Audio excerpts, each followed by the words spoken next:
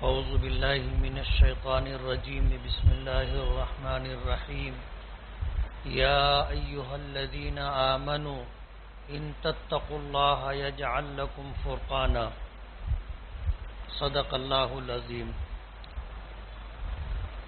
بزرگان محترم اور عزیز دوستو، سفر کے مہینے کے آخری ایام چل رہے ہیں۔ اگلا مہینہ ربیع الاول کا مہینہ ہے۔ ربیع الاول کا یہ مہینہ ہم مسلمانوں کے لیے بڑی اہمیت کا حامل ہے۔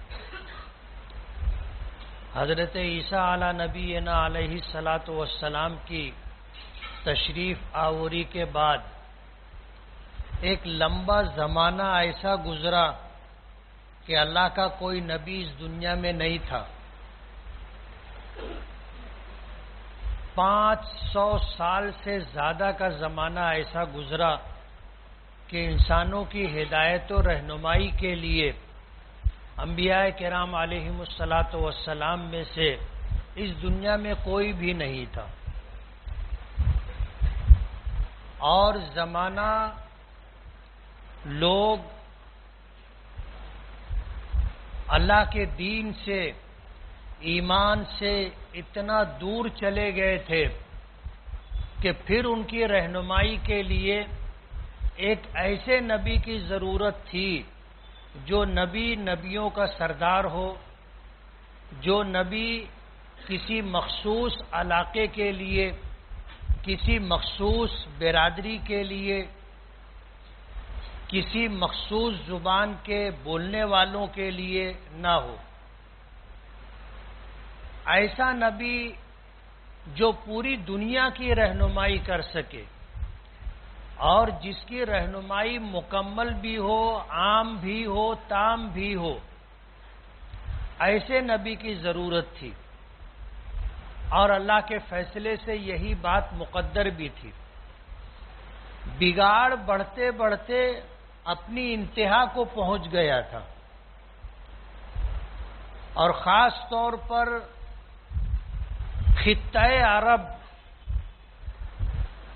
اس حد تک بربریت میں، ظلم اور سفاکی میں، دین سے دوری میں اپنی انتہا کو پہنچ گیا تھا کہ لوگ اپنی اولاد کو تنگ دستی کی وجہ سے قتل کر دیا کرتے تھے، محتاجگی اور غربت کی وجہ سے، فقر و فاقے کی وجہ سے اولاد پیدا ہوتی تھی، لڑکا ہو تو قتل کر دیتے تھے، لڑکی ہو تو قتل کر دیتے تھے۔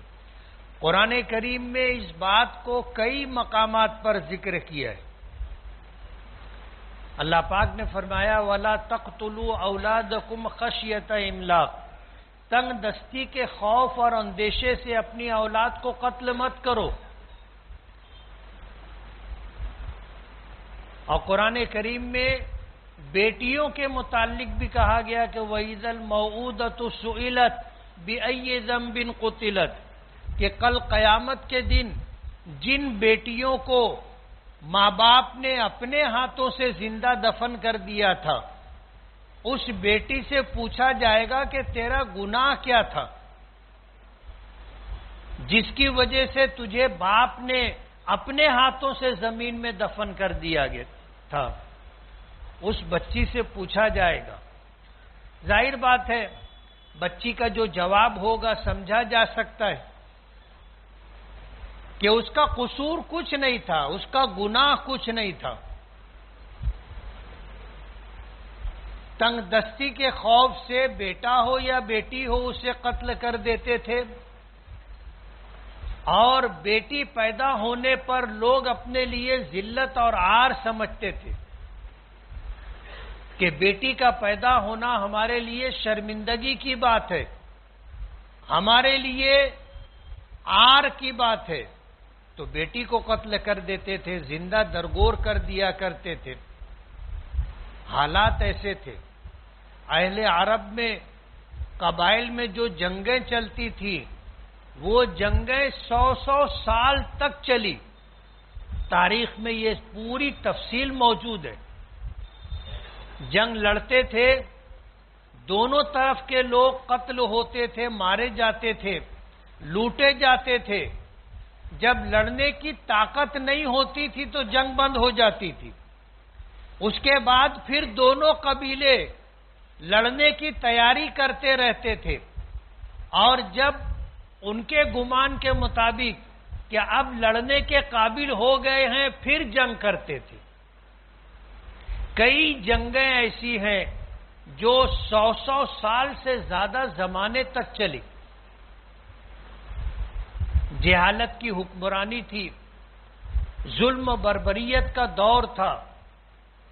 جس کی لاٹھی اس کی بھینس، جس کو جنگل راج کہا جاتا ہے. کوئی تہذیب نہیں، کوئی اخلاق کا معیار اور پیمانہ نہیں. ایسے حالات تھے، اور کفر اور شرک اس حد تک پہنچ گیا تھا کہ اللہ کا گھر بیت اللہ، کعبہ مشرفہ، اس میں 360 بت رکھے گئے تھے، اور اپنی ضرورت کے مطابق کوئی اولاد دینے والا، کوئی بارش برسانے والا، کوئی رزق دینے والا، کوئی صحت دینے والا، کوئی فراخی دینے والا، اس طرح اپنے طور پر لوگوں نے گھڑ کر کے بت رکھ رکھے تھے. توحید کا مرکز شرک کی آماجگاہ بن چکا تھا. حالات ایسے ہو گئے تھے. پھر اللہ تعالی نے کرم فرمایا.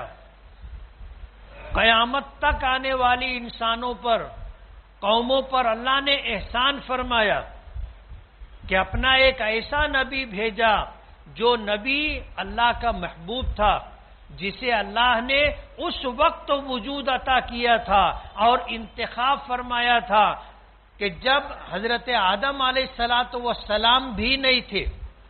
حدیث پاک میں آتا ہے کنت نبیا وآدم بین الماء والطین.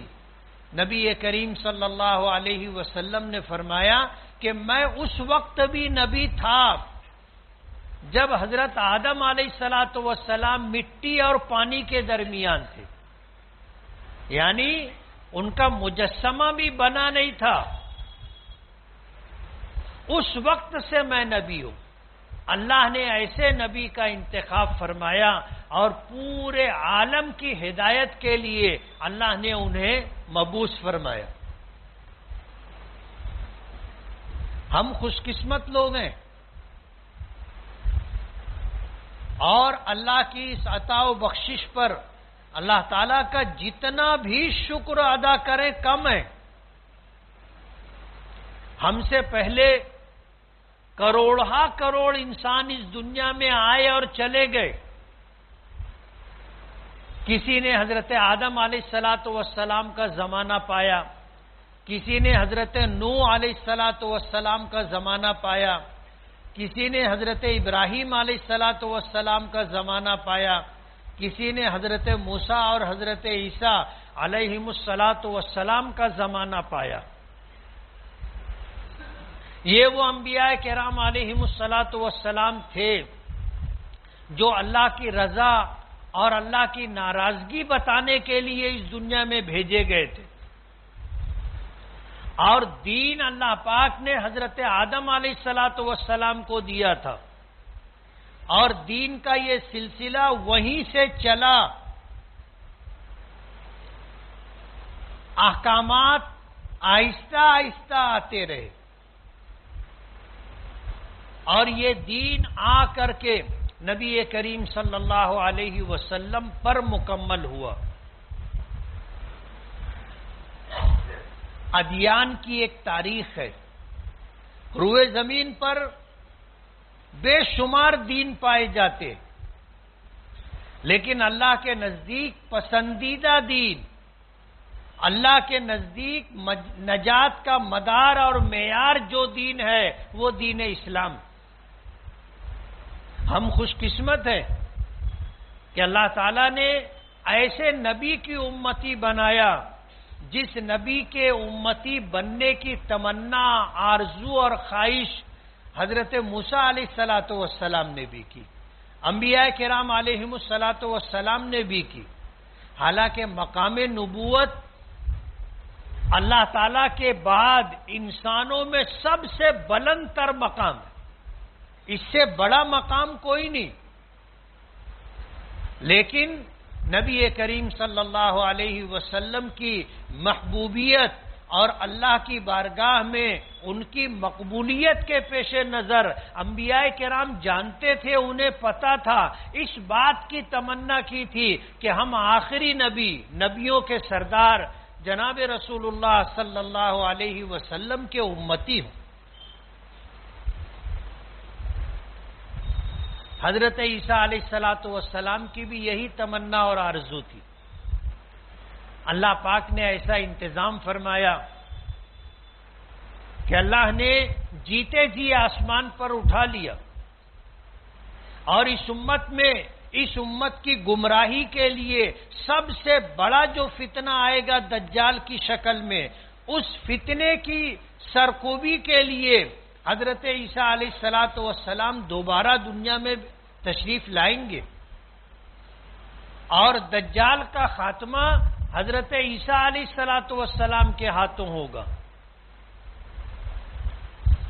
آئیں گے تو حضور پاک صلی اللہ علیہ وسلم کی دین و شریعت کے مطابق زندگی گزاریں گے۔ آج یہودیوں میں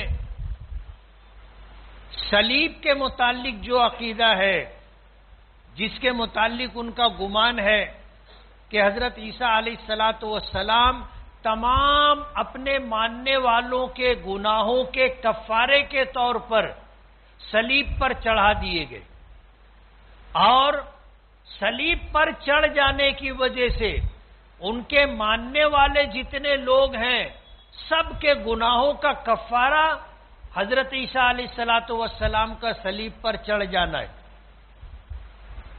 ان کا یہ عقیدہ ہے کہ ہمارا سارا گناہ ختم ہو گیا، اور اس کا کفارہ اور اس کا بدل حضرت عیسیٰ علیہ الصلوۃ والسلام کا صلیب پر چڑھا دینا ہے۔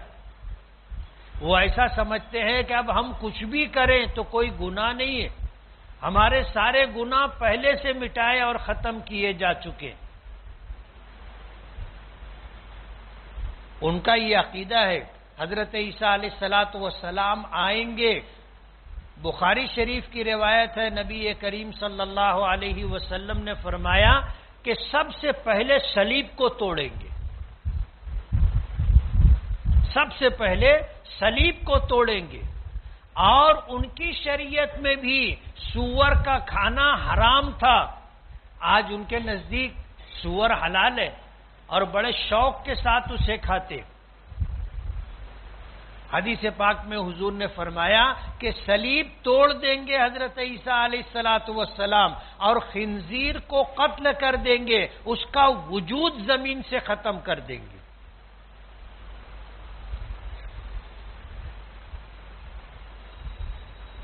حضور پاک صلی اللہ علیہ وسلم کی شریعت اور دین کے مطابق زندگی گزاریں گے۔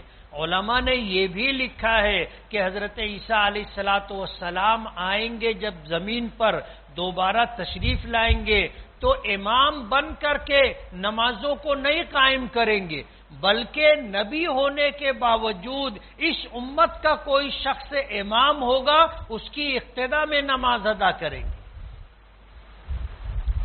اور حضور کی دین و شریعت کے مطابق زندگی گزاریں گے۔ اللہ نے انہیں صاحب کتاب بنایا تھا، آسمانی کتابوں میں سے ایک کتاب انجیل انہیں مرحمت فرمائی تھی، لیکن انجیل کے احکامات کے مطابق نہیں زندگی گزاریں گے، قرآن کریم کے احکامات نبی کریم صلی اللہ علیہ وسلم کے ارشادات کے مطابق زندگی گزاریں گے۔ اللہ کے آخری نبی ربیع الاول کے مبارک مہینے میں تشریف لائے تھے۔ ربیع الاول کے مہینے پر سب کا اتفاق ہے، آپ کے یوم پیدائش پر اختلاف ہے کہ آپ ربیع الاول کی کس تاریخ کو پیدا ہوئے تھے۔ مشہور قول 12 ربیع الاول ہے، لیکن مورخین فرماتے ہیں کہ صحیح قول 9 ربیع الاول ہے۔ لیکن ربیع الاول میں آپ کی تشریف آوری ہوئی، اللہ نے اس کائنات کو اپنی سب سے بڑی رحمت نبی کریم صلی اللہ علیہ وسلم کی شکل میں عطا کی۔ ربیع الاول کا مہینہ، ربیع کے معنی موسم بہار، ربیع کے معنی موسم بہار، اور اول کا مطلب پہلا موسم بہار اللہ پاک نے اس امت کو عطا کیا اس وقت جس مہینے میں نبی کریم صلی اللہ علیہ وسلم تشریف لائے۔ حضور پاک صلی اللہ علیہ وسلم کی ولادت مبارک پر 1500 سال مکمل ہو رہے ہیں، 1500 سال۔ ابھی سن ہجری کیا چل رہا ہے؟ 1443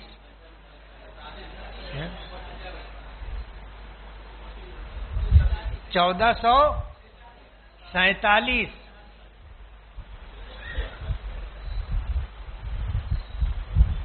حضور پاک صلی اللہ علیہ وسلم مکہ مکرمہ میں 53 سال رہے۔ کتنے سال؟ آپ اس کائنات میں تشریف لائے، 40 سال کی آپ کی عمر مکمل ہوئی، اللہ پاک نے غار حرا میں آپ کو پہلی وحی سے سرفراز فرمایا، نبوت اور رسالت عطا کی۔ 53 سال وہ، اور پھر آپ نے ہجرت کی اور مکہ مکرمہ سے مدینہ منورہ تشریف لے گئے، اور آپ کی ہجرت پر 1447 سال ہوئے۔ 47 اور 53 100 کا عدد مکمل ہوتا ہے۔ اس طرح آپ کی ولادت مبارکہ پر 1500 سال مکمل ہو رہے۔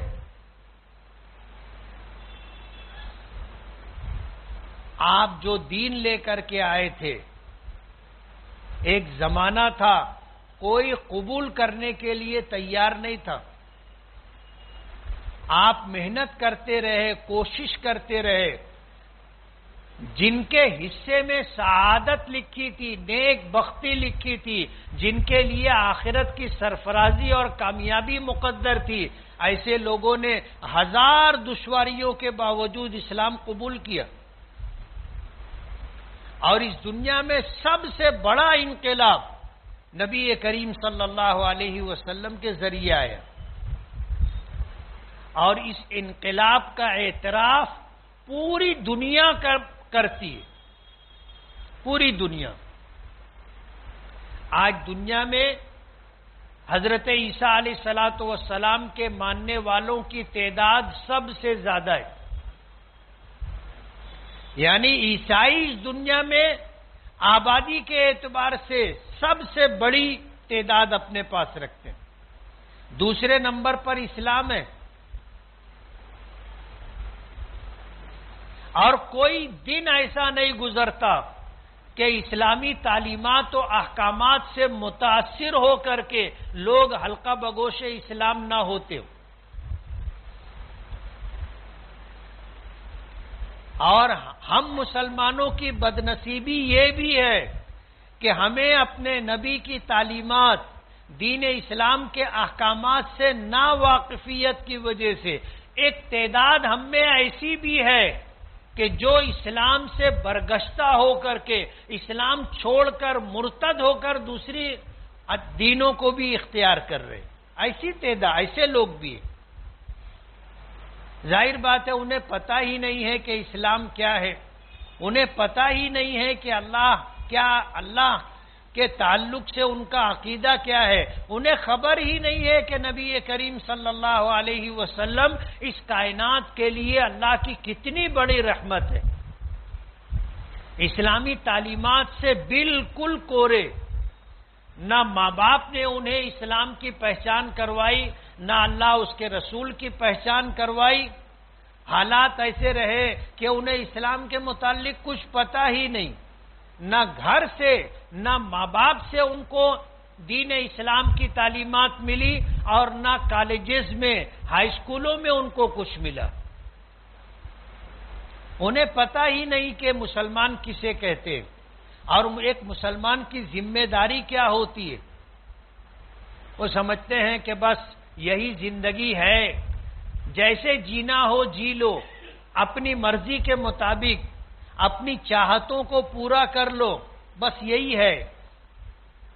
انہیں یہ احساس نہیں کہ ایک وقت آئے گا ہمیں دنیا سے جانا ہے، یہ دنیا ہمیشہ رہنے کی جگہ نہیں ہے، اصل مقام تو آخرت ہے جہاں ہمیشہ ہمیشہ رہنا ہے۔ وہاں جو کامیاب ہو گیا یہ اس کے لیے ہمیشہ کی کامیابی ہے، اور وہاں جو ناکام ہو گیا اس کے لیے ہمیشہ کی ناکامی۔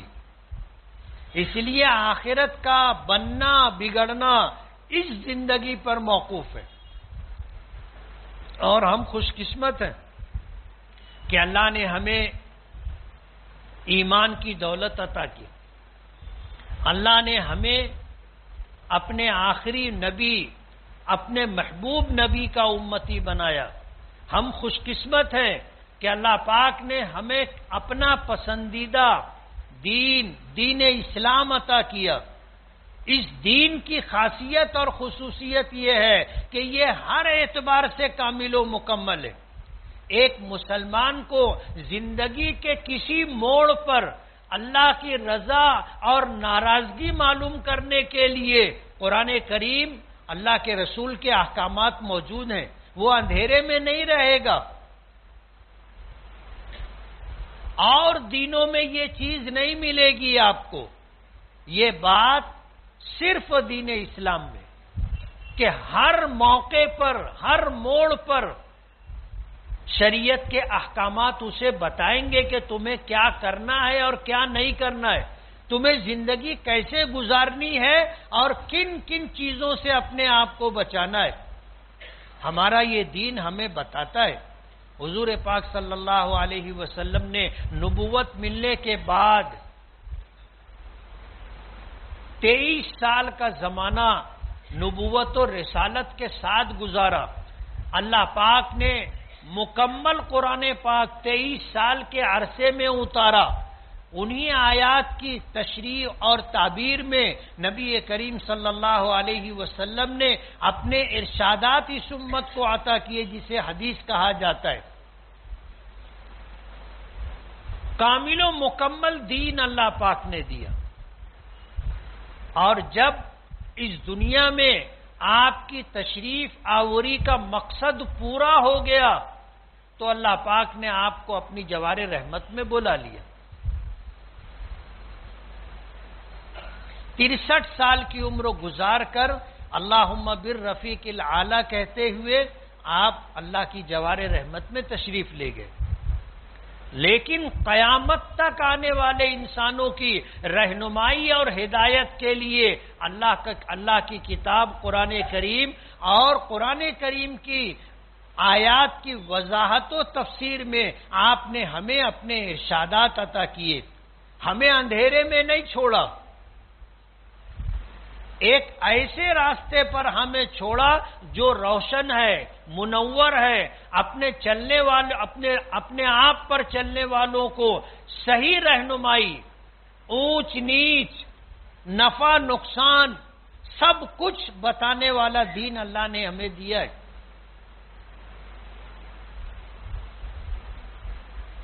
چند دنوں کے بعد ربیع الاول کا آغاز ہوگا۔ 1500 سال مکمل ہو رہے ہیں۔ آج الحمدللہ دنیا کا کوئی خطہ ایسا نہیں ہے جہاں اسلام نہ پایا جاتا ہو اور جہاں اسلام کو ماننے والے لوگ نہ ہو، اور دن بدن یہ اسلام ترقی کرے گا، اور ایک وقت آئے گا کہ دنیا میں ایک نمبر پر یعنی مذہب اسلام کے ماننے والوں کی تعداد سب سے زیادہ ہوگی، اور قرب قیامت میں ایک وقت ایسا بھی آئے گا کہ پوری دنیا میں اسلام کے علاوہ کوئی مذہب نہیں ہوگا، یعنی ایک شخص بھی ایسا نہیں ہوگا جو اسلام کو نہ مانتا ہو۔ لا يبقى على ظهر الارض بیت مدر ولا وبر الا ادخله الله الاسلام بعز عزیز او ذل ذلیل۔ حضور کا ارشاد مبارک ہے، آپ کی پیشن گوئی ہے کہ روئے زمین پر کوئی کچا پکا گھر باقی نہیں رہے گا، ہر گھر میں اسلام داخل ہو کر کے رہے گا۔ قبول کرنے والے چاہیں تو عزت سے قبول کرے، ورنہ انہیں ذلیل ہو کر کے قبول کرنا پڑے گا۔ اور یہ اسلام کا عروج ہوگا، اور جب اس کے بعد زوال شروع ہوگا تو پھر اسلام کم ہوتے ہوتے ایک وقت آئے گا کہ ختم ہو جائے گا، اللہ قیامت برپا کر دیں گے اور یہ دنیا ختم ہو جائے گی۔ ربیع الاول کے مہینے میں نبی کریم صلی اللہ علیہ وسلم کی تشریف آوری ہوئی۔ کائنات انسانی پر اللہ کا سب سے بڑا احسان اور ہم لوگوں پر اللہ کا سب سے بڑا کرم کہ اللہ نے ہمیں اسلام دیا، آخری نبی کا امتی بنایا، قرآن کریم اور احادیث مبارکہ عطا کی، اور ہمیں ایسا راستہ عطا کیا جو روشن ہے، منور ہے، جس پر چل کر کے ہم جنت تک جا سکتے۔